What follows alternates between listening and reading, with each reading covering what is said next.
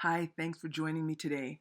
Today I'm talking about how I am saving time and having fun with my bread maker in my 50s.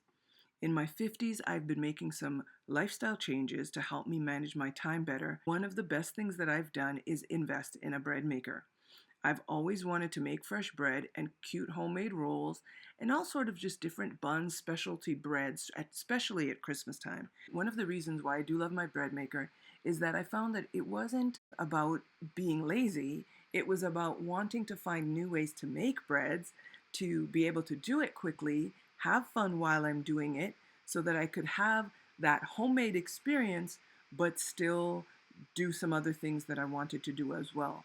And I think the perception sometimes is that you're being lazy.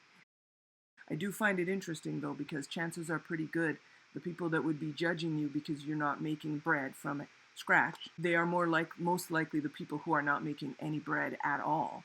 So I think that's kind of funny. You simply need to add your ingredients, press a few buttons, and let it start to work its magic while you focus on something else.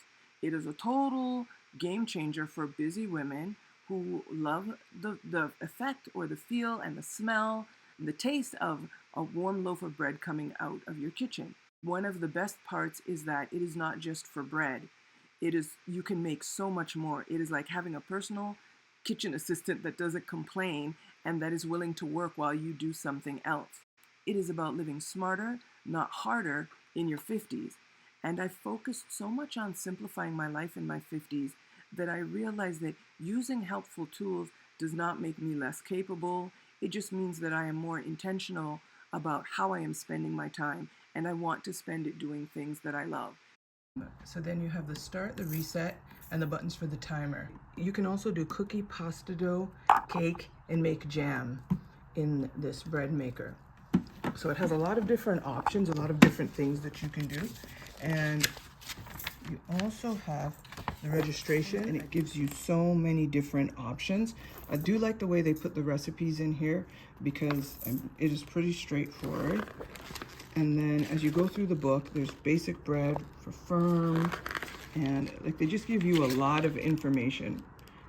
Firm variation, other breads as well over there, and then soft course variations and other breads, quick baking course variations.